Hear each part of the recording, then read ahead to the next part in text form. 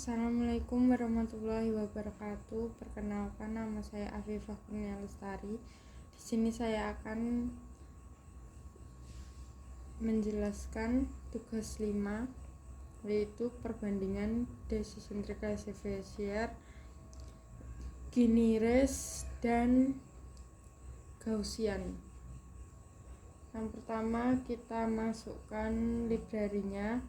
Pandas SPD, NumPy SNP, Seaborn SSNS, Sklearn dataset, load data iris, matplotlib, import pyplot, Sklearn metric, import akurasi score dan mean square error.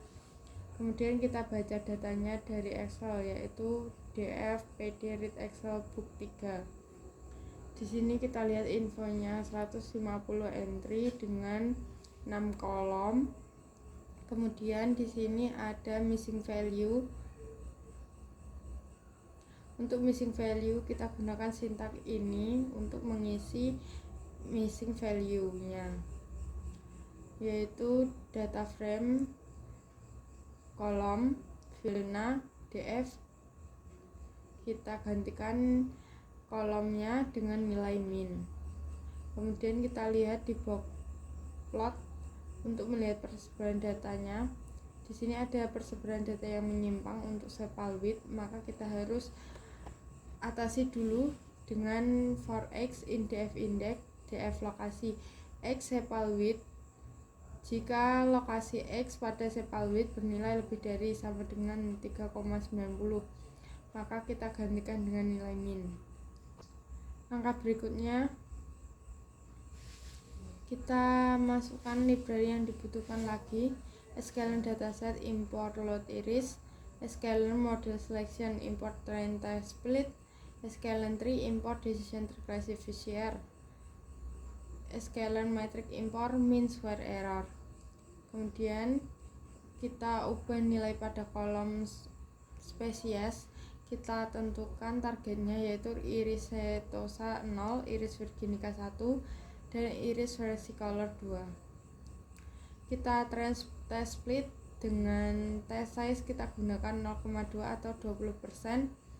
Kemudian kita sebelum itu tentukan nilai x, yaitu nilai data frame drop spesies x1.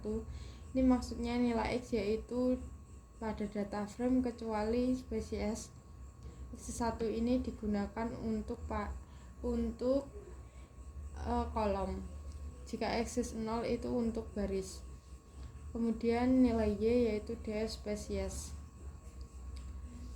Algoritmanya kita gunakan decision tree classifier untuk mengukur seberapa dekat prediksi model dengan nilai target. Kita gunakan mean square error y-test data predict dengan di sini MSEDT 0,0. Di sini semakin kecil angkanya semakin akurat. Kemudian kita lihat hasil prediksinya dengan YPRED data predict X test.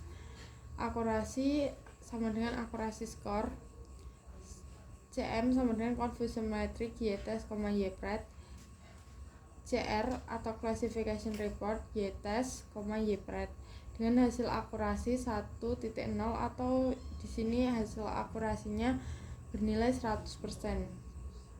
Dengan confusion metric 8, 0 dan 11. Dengan dilihat di sini classification reportnya presisi, recall dan F1 skornya 1.00, semua berarti 100%.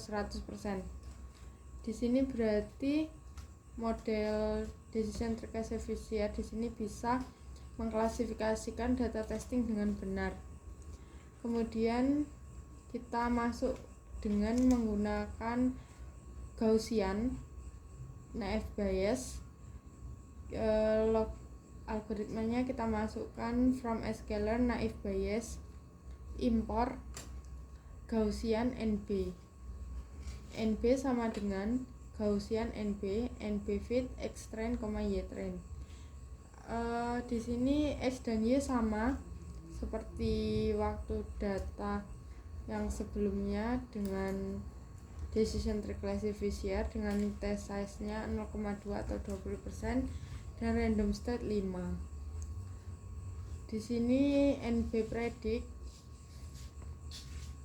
F bias prediksi, X test menghasilkan array seperti ini 2, 1, 1, 0 dan seterusnya. Kemudian kita ukur seberapa dekat prediksi model dengan nilai target dengan menggunakan mean square error. Di sini dihasilkan 0,0 untuk tidak ada error yang terjadi. Kemudian hasil prediksi kita lihat hasil akurasinya, confusion metric dan classification report dengan hasil akurasi 1.0. Di sini 1.0 berarti hasil akurasinya 100%, confusion metric 8, 0 dan 11 dengan presisi recall dan F1 skornya 1.0. Di sini berarti menandakan Gaussian atau naive Bayes Gaussian ini dia bisa mengklasifikasikan data testing dengan benar.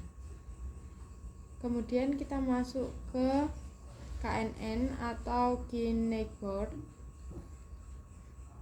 Kita masukkan yang pertama dari X dan Y kita gunakan sama seperti metode yang sebelumnya dengan test size juga random state yang sama.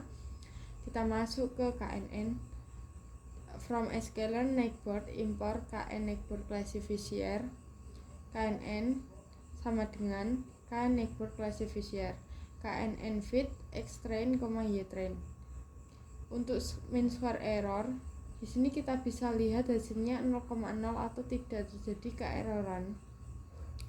Kemudian kita lihat hasil prediksi Y-pred sama dengan NB predik X test. Untuk mencocokkan prediksi dengan label asli kunci, kita lihat akurasi skor, confusion metric dan classification reportnya. Di sini hasil akurasi 1.0 berarti akurasinya 100% dengan confusion metricnya 8, 0 dan 11. Kemudian classification reportnya pada presisi recall dan F1 juga bernilai 1.0 atau 100%. Di sini berarti Key Neighbor classifier ini juga dapat memetakan, mengklasifikasikan data testing dengan benar. Jika dilihat dari ketiga metode yang kita gunakan di sini dengan test size 0,2 dengan random state 5, di sini bisa memprediksi dengan akurasi 100%. Kemudian bisa kita coba ganti saja untuk decision tree classifier, coba kita ganti dengan nilai 0,4 untuk test size dan random state-nya kita tetap sama. Dengan test size 0,4 di sini bisa dilihat mean square error-nya 0,06 dengan hasil akurasi 0,983 sekian dan confusion metric 19, 01 dan 21. Kemudian kita lakukan juga untuk Gaussian, kita ganti ke 0,4. Kita lihat untuk mean square error-nya di sini dia 0,06.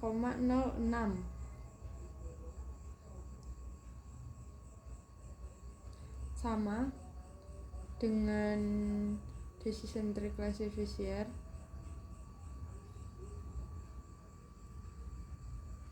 Dengan hasil akurasi 0,983. Kemudian untuk Key nearest kita juga coba ganti dengan 0,4.